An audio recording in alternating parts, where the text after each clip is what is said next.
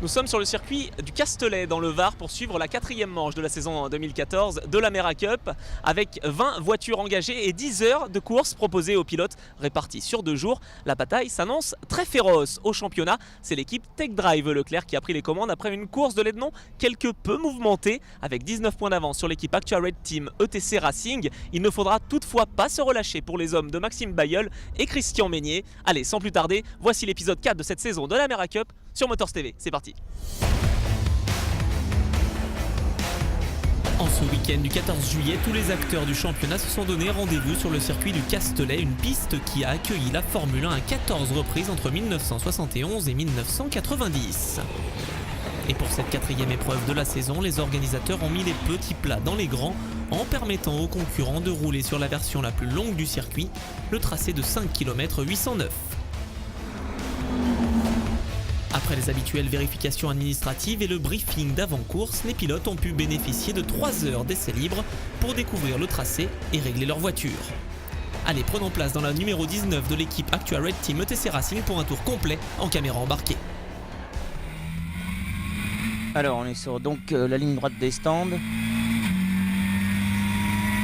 on va se préparer parce qu'on va arriver sur la verrière. Donc on a un freinage qui est normalement au 100 mètres. On a eu du mal à freiner un peu plus tard à cet endroit-là. On va bien rester sur le côté gauche pour accélérer en 3e, 4e. On va passer la 5e avant d'arriver sur la chicane. Là on est en descente, donc le freinage est assez compliqué. Voilà donc la chicane. On va rester assez calme sur l'accélérateur pour revenir sur la gauche. On va se préparer pour en fait le fameux virage de Sainte-Baume. Là on est en 3e. On a un peu de survirage sur notre voiture, donc c'est compliqué. En fait il faut bien se préparer pour le virage de l'école puisqu'il détermine la ligne droite du Mistral. Donc en fait il faut être très très propre au virage numéro 4 de l'école.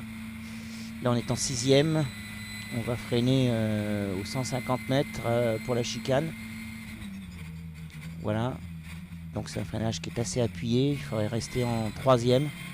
Bien être très très propre à cet endroit là puisque on a encore la ligne droite qui va arriver sur le virage du Cygne. La vitesse c'est à peu près 230 km/h. On reste bien sur la gauche. Voilà, on soulage un peu et on remet tout de suite les gaz pour passer le virage le plus vite possible, bien sûr. Certains, je pense que c'est peut-être à fond. Nous, on soulage un peu. Voilà, double droit du Bosset. Donc là, c'est un peu le juge de paix. 4e. Voilà, donc là, on arrive sur les enfilades donc avant l'entrée des stands. C'est assez compliqué, il faut être très fin à cet endroit-là, il ne faut pas brusquer l'auto.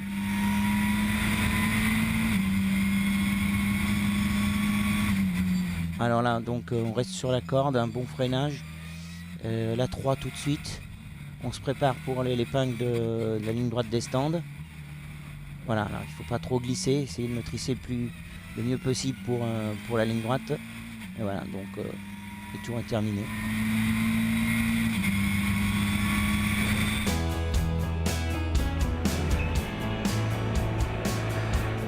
Après les essais libres, place aux qualifications, 2 séances de 20 minutes qui vont déterminer les grilles de départ des 2 courses prévues ce week-end.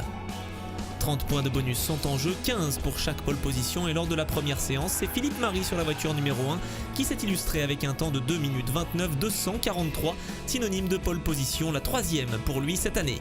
Le Français a atteint le nombre maximal défini par le règlement et devra donc laisser son baquet à ses équipiers pour les qualifications restantes. Il devance la Tech Drive Leclerc numéro 16 de 5 dixièmes et la Tech Drive Intermarché numéro 25 de moins de 2 secondes.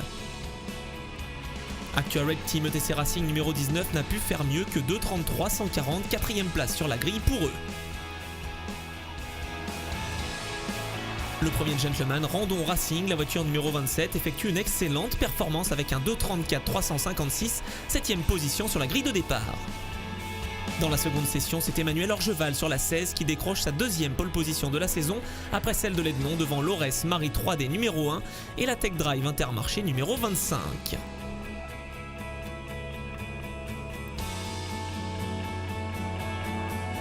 Chez les gentlemen, le meilleur chrono revient à la Triangle Paris numéro 17 en 2:34,825.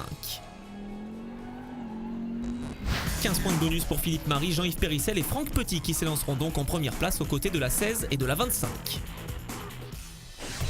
Nous sommes sur la grille de départ de la première course du week-end au Castellet, une course de 3 heures qui s'annonce disputée. La prudence sera donc de mise pour le poleman.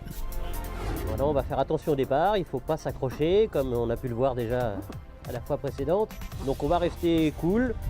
Si je vois que ça peut le faire, on va rester devant.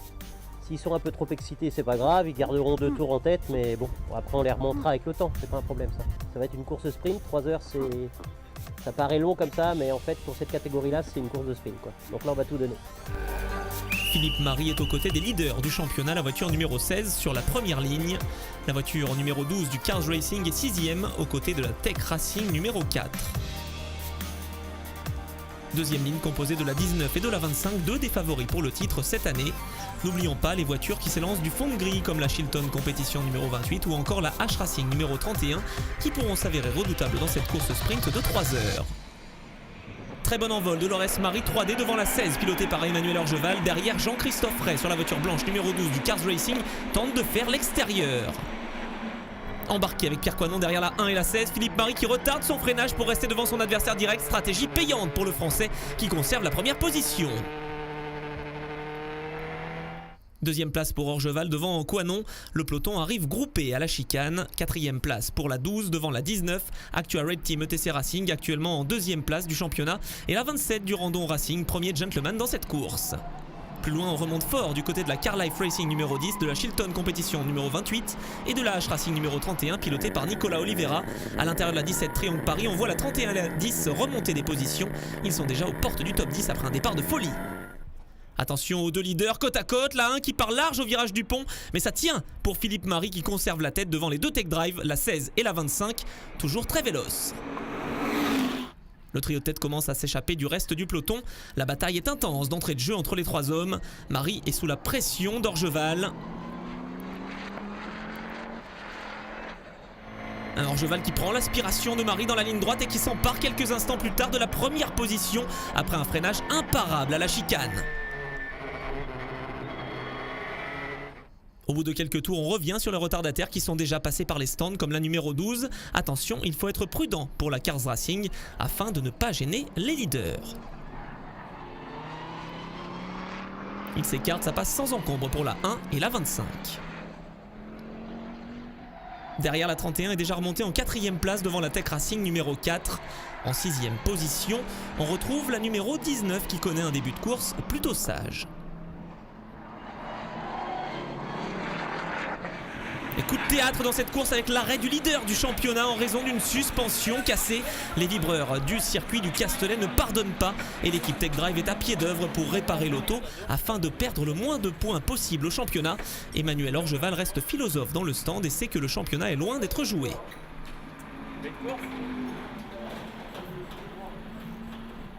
Aux avant-postes, la numéro 25 s'est défait de la numéro 1 pour s'emparer de la première place. Attention, dans le trafic, c'est toujours un petit peu compliqué pour les leaders.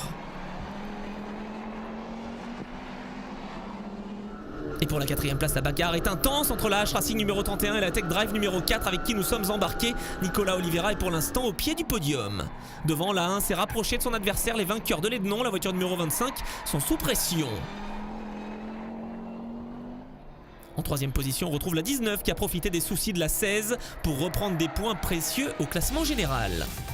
Chez les gentlemen, on apprécie le tracé, ça se voit. La Brothers Team CTF Performance numéro 33 de Truffier, Simonet et des frères Geoffroy est en tête devant la CPL Sport numéro 22 et la 27 du Randon Racing.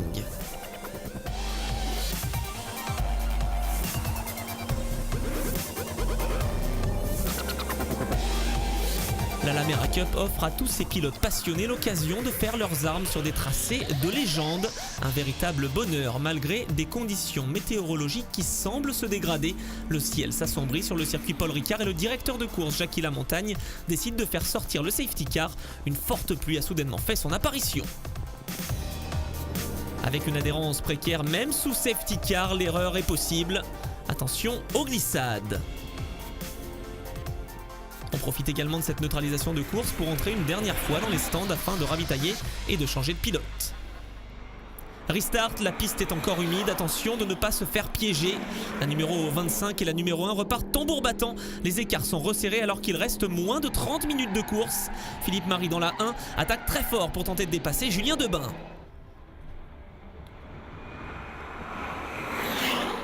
Et quelques boucles plus tard, ça passe pour RS Marie 3D. Quelle fin de course haletante ici au Castellet.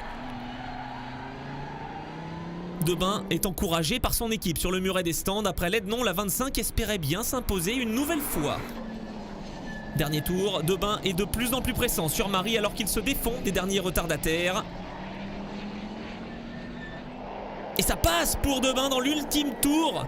Quelle finale dans cette première course de l'Amera Cup ici au Castellet. Deuxième victoire consécutive pour la 25 devant la 1 et la 19 qui va profiter de la 13e place de son adversaire direct, la 16, dans cette course pour prendre les commandes du championnat.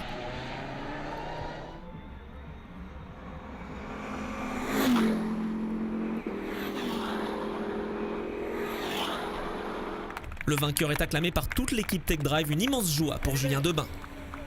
Ouais, là c'est fantastique. C'est vrai qu'avec Philippe, je savais pas que c'était lui qui était au volant. Mais le dernier relais, là, les 5 derniers tours, il était un peu plus vite que moi.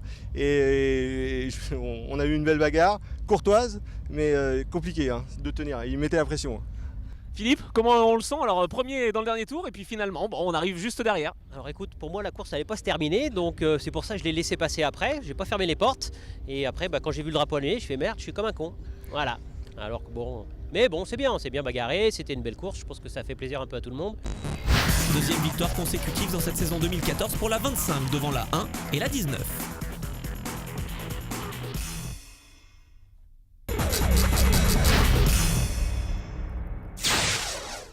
Nous sommes toujours dans le Var sur le circuit Paul Ricard pour suivre la 4e manche de la saison de l'Amera Cup. Après une très belle première course, les concurrents profitent de l'apéritif traditionnel offert par TTM pour se détendre et échanger leurs impressions avec leurs homologues avant la course de 7h du lendemain.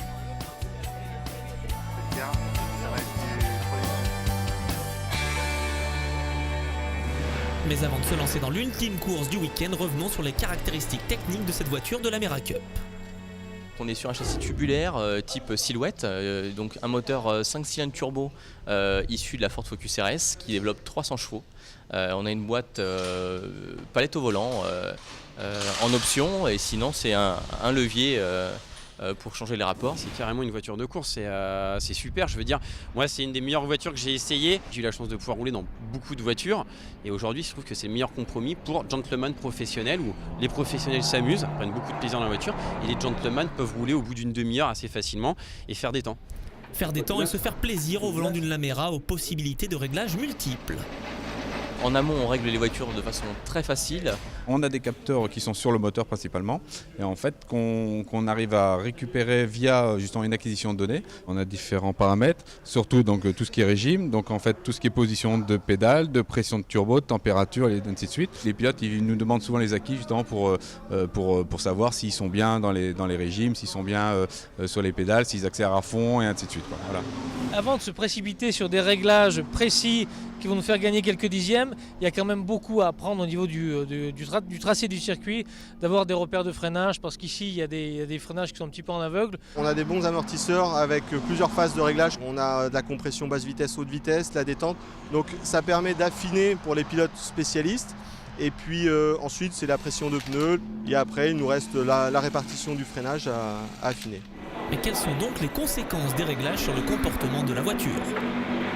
Si vous bougez la hauteur de caisse, si vous mettez une hauteur de caisse arrière plus haute, au freinage elle va plus piquer, l'arrière va plus tourner. Si vous levez un petit peu l'avant, la voiture va un petit peu plus sous-virer. Il faut trouver une combinaison qui fasse en sorte que la voiture soit bien dans les rapides, bien dans les serrés et qu'au fil du tour, on arrive à trouver un réglage qui soit homogène sur tous les virages, quoi. Le tout est de bien jauger parce qu'en fait si on déséquilibre, après on va perdre l'arrière, on va beaucoup glisser. Et donc il faut trouver cet équilibre et c'est ça qui est difficile à gérer. On peut avoir un comportement mauvais de la voiture sans des fois s'en rendre compte. Quand on n'a pas le plein d'essence ou avec le plein d'essence, ça change beaucoup le poids sur l'avant de la voiture. Et des fois, on peut aller dans les fausses pistes. Généralement, quand on va dans le bon sens, la voiture est de plus en plus facile à conduire et puis les temps sont plus rapides. Donc voilà, on voit ça comme ça, quoi. Outre les réglages, l'Amera Cup est une course d'endurance où il faut savoir partager sa voiture avec ses équipiers. On a essayé de constituer un équipage en début d'année par affinité, mais aussi en fonction des gabarits. On a à peu près la même taille, on a à peu près le même poids, donc ça permet aussi de rendre la voiture plus facile à régler pour les mécaniciens. Et donc nos discussions sont plus cohérentes. C'est le travail d'équipe où il faut savoir sacrifier un petit peu des fois et essayer de travailler justement pour que les 3 pilotes soient le plus vite et à la fin qu'on gagne la course, pas penser que à soi-même. Quand on est 3 ou 4 pilotes, c'est vrai que chaque pilote a ses spécificités de conduite. Certains pilotes rentrent plus fort sur les freins, d'autres un petit peu moins fort. Alors avec le même réglage, il y aura tout le temps un petit discours qui sera différent. Donc il faut un petit peu s'adapter à ça aussi, mais il faut faire en sorte de rendre la voiture homogène pour les 3 pilotes. Ouais. Après la partie technique et les réglages, retour à la course avec une épreuve d'endurance de 7 heures au programme. Tech Drive Leclerc empoche les 15 points de bonus avec leur pole position après une course terminée en 13e place la veille. L'objectif sera de finir aux avant-postes. On a beaucoup souffert hier, donc on va essayer de profiter de cette pole pour concrétiser et marquer le maximum de points aujourd'hui. Voilà, la course est longue, c'est une 7 heures, donc on va essayer de gérer cette course. La gestion de course sera effectivement une donnée importante pour les polemen qui prennent un bon envol au drapeau vert. Derrière, Nicolas Oliveira prend un bon départ et tente de dépasser la Team Tech Drive Racing numéro 20 à l'intérieur sur la bande bleue. Attention à la pénalité en cas de dépassement d'un concurrent. Le pilote de la 31 l'a bien compris et se range derrière son adversaire. À l'extérieur, la 10 et la 19 profitent du ralentissement pour gagner une place. Oliveira est désormais 7e. Il prend l'aspiration de son adversaire, la voiture numéro 20. Double aspiration même avec la voiture numéro 19 juste devant. Est-ce que ça va passer au freinage ? Il se place à l'intérieur. Non, pour l'instant, ça ne passe pas pour Oliveira. Et c'est quand même défait d'un de ses adversaires, la numéro 20. La 16 a pris le meilleur départ et donc en tête devant la 28 et la 25. La numéro 1 est 4e. Les vice-champions 2013 prennent déjà quelques longueurs d'avance sur la 28 et la 25 grâce à un bon travail d'Emmanuel Orgeval. La 28 part un petit peu large mais devance toujours la 25, la 1, la 31, la 19, la 12 et la 10. Mais quelques minutes plus tard, c'est la déception pour Nicolas Oliveira, prié de faire un passage par les stands pour non-respect de la ligne de course. La 31 va donc perdre tout le bénéfice de sa bonne qualification. En tête, la 16 a pris la poudre d'escampette, suivent la 1 devant la 25. Et oui, en effet, Jean-Yves Périssel s'est défait de Julien Debin et occupe désormais la 2e position devant cette numéro 25. Juste avant que la fenêtre d'arrêt au stand s'ouvre. Et dans cette phase d'arrêt au stand, les mécaniciens vont tout donner et tous s'activer pour faire perdre le moins de temps possible aux équipages. La 25 s'engouffre en premier dans les stands, suivi de la 1 et de la 16.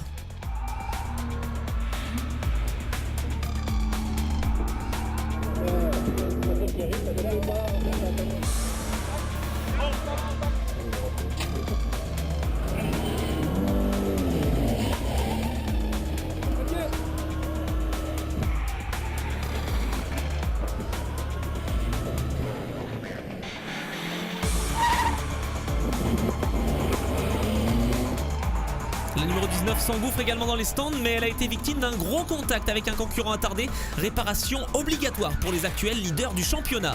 On va écouter Christian Demigneux nous expliquer ce qui s'est passé. Patrick se plaignait que le volant était pas droit, que la voiture avait beaucoup de survirage. Donc on perdait beaucoup l'arrière et puis après visiblement là, dans le relais ça a lâché.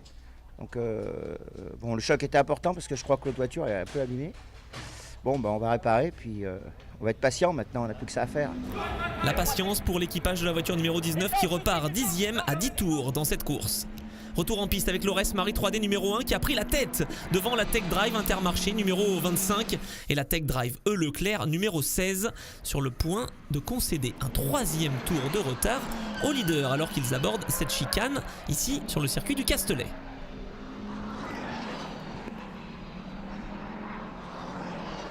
En tête depuis la mi-course, Laurès Marie 3D domine cette épreuve de 7 heures et semble promis à une nouvelle victoire après celle de Nogaro. Après un début de saison difficile, les champions en titre reviennent petit à petit au championnat.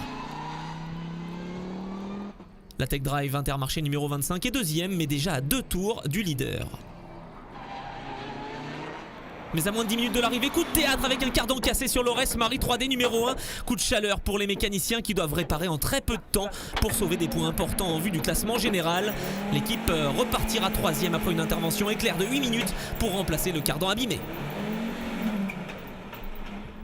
En tête, la Tech Drive Intermarché numéro 25 dans 2 bandets, pas tant. Après 2 victoires consécutives à Lednon et au Paul Ricard, l'équipage Coinon, Debain et Jaubert semble inarrêtable. Attention toutefois, la Tech Drive Leclerc numéro 16 revenu dans les échappements de ses équipiers. Dernier virage pour Pierre Coinon sous la menace de Pierre Perret. Ça part large pour le leader, mais ça va tenir pour le jeune papa qui décroche une nouvelle victoire. Et après un travail formidable des mécaniciens de chez Aurès, Philippe, Marie, Jean-Yves Périssel et Franck Petit sauvent un podium in extremis. C'est la joie pour l'équipage Tech Drive numéro 25 qui s'impose donc pour la 3e fois consécutive cette année. On est sur une belle lancée, c'est vrai, c'est une victoire avec de la réussite. Hein, il faut pas se le cacher, à Régulière, ça aurait été très difficile d'aller chercher la Aurès. Une fin de course très animée puisqu'on n'avait plus de frein, on est bloqué en quatrième rapport. Donc la 16 nous est revenue très très fort dessus, je crois qu'il finit à 1 ou 2 secondes derrière nous, mais bon, on prend les points quand même, hein, on va pas se faire prier, voilà, c'est super. Confirmation du classement de la course avec la victoire de la 25 devant la 16 et la 1. Notons la très belle 4e place de la 21 pilotée par la famille Van der Straten et Denis Tribel.